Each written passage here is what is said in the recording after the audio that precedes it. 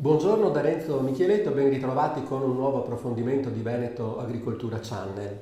Nei giorni scorsi si è celebrata la 51esima edizione della Giornata Mondiale della Terra voluta dalle Nazioni Unite, una giornata in cui si ricorda appunto le tante difficoltà che sta vivendo il nostro pianeta così fragile. Cosa occorre fare quindi per invertire la rotta? Partiamo un po' larghi da questo argomento così interessante per poi entrare su cose un po' più specifiche. Partiamo da qui e lo chiediamo al dottor Giustino Mezzalira, che è direttore della sezione ricerca e gestioni agroforestali di Veneto Agricoltura. Grazie Giustino per essere oggi qui con noi.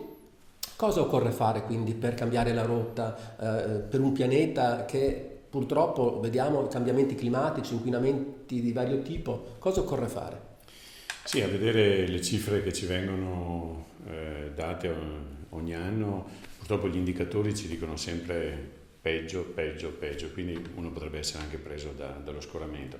Chiaro che nessuna è la bacchetta magica, chiaro che siamo di fronte forse a una delle sfide più grandi che l'umanità abbia mai dovuto affrontare. Direi che ci sono due dimensioni, quella della governance, quindi le scelte che dalle Nazioni Unite, l'Unione Europea, gli Stati devono fare, e queste riguardano molto, per esempio adesso, la transizione energetica. Mi pare che finalmente si sia imboccata la strada della concretezza, degli obiettivi verificati. Con il Green Deal europeo si sta... Green Deal riguarda il nostro settore, riguarda molto il nostro settore agricolo, riguarda in generale. E quindi l'Europa, diciamo che in questo momento, fino a ieri forse potevamo dire, è l'unico grande istituzione politica che avesse le idee chiare. Adesso con il cambio del governo negli Stati Uniti e il dialogo che stiamo vedendo per esempio in questi giorni tra il Presidente degli Stati Uniti e il Presidente cinese, ecco, lascia ben sperare. Oggi che sia un'emergenza lo sanno tutti, però questa è la dimensione della politica in grande, della governance complessiva. Poi ci sono le scelte individuali e qui ognuno di noi, magari tante volte sembra del buonismo, no? Va in bicicletta, consuma green, cambia le lampadine. Ecco.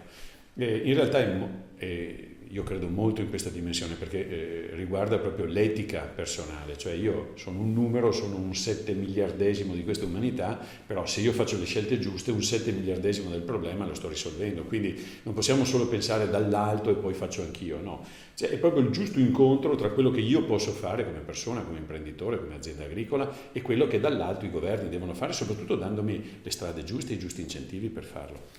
Sì, all'interno dentro la fragilità del nostro pianeta c'è la fragilità di un altro mondo, di cui purtroppo non se ne parla molto spesso ed entriamo proprio nel ragionamento che vogliamo fare questa mattina.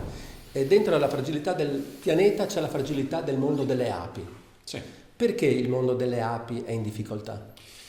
Allora, intanto ti vorrei far notare, Renzo, che il mondo delle api in un certo senso lo possiamo prendere come la lucetta rossa sul cruscotto della nostra automobile, quindi è un mondo che è in crisi e adesso vediamo. È un indicatore. E quindi è un indicatore, quindi in un certo senso lo slogan potrebbe dire: se stanno male le api è perché sta male il pianeta, ma alla fine stiamo male anche noi. Il giorno che le api torneranno a stare bene vorrà dire che avremo fatto qualcosa di significativo, che avremo avuto impatto e quindi starà meglio il pianeta e staremo meglio noi. Per quello è importante occuparsi delle api in sé, perché sono un settore produttivo, economico, che dà ricchezza a chi se ne occupa, che poi, come sappiamo, genera ricchezza molto più grande che non il valore dei prodotti apistici. Si dice sempre che il valore di quello che fanno le api è almeno 10 volte più grande del valore dei prodotti degli alveari, insomma, ecco.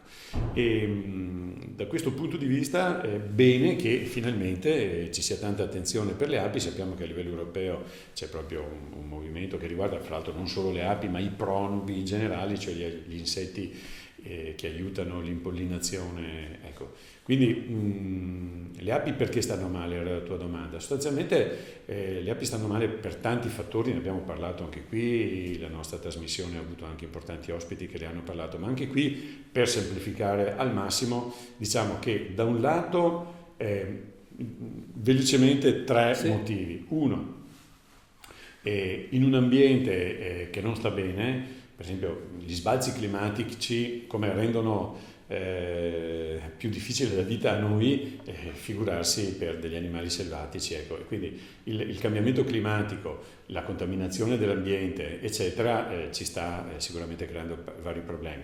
Dall'altra parte c'è la mancanza di risorse, non c'è più flora, l'agricoltura soprattutto tende a semplificare gli ecosistemi, e dall'altra parte c'è un fatto proprio genetico, cioè abbiamo ridotto di molto la diversità, la biodiversità delle api, e quindi essendoci meno diversità c'è anche meno capacità di reagire agli impatti che l'ambiente hanno sul mondo delle api. Sì, va detto che Veneto Agricoltura invece si sta adoperando non poco a favore delle api e del mondo in cui le api vivono. Sono in atto dei progetti sia europei che anche regionali. Possiamo parlare un po' più in dettaglio, partendo magari dal progetto regionale, quello della rete di rilevazione dati che vengono rilevati attraverso le arnie elettroniche. Sì. Di cosa si tratta?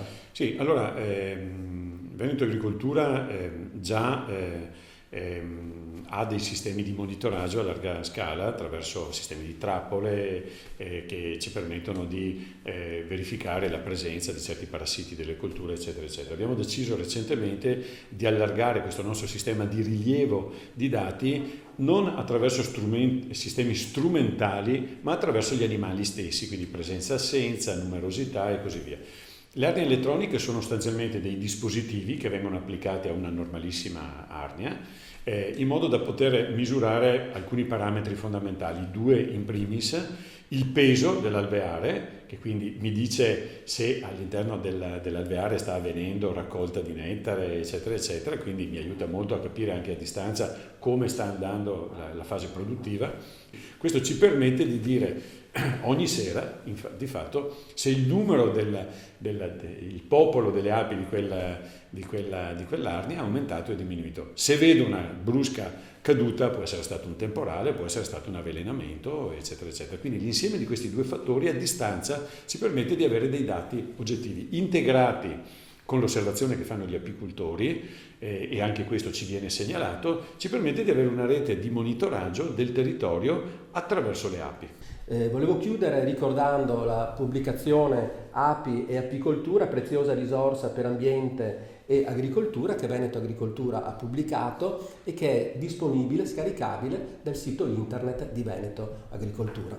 Ringrazio il dottor Giustino Mezzalira, direttore della sezione ricerca e gestioni agroforestali di Veneto Agricoltura, per essere stato con noi ospite. Arrivederci a tutti alla prossima occasione. Grazie a voi.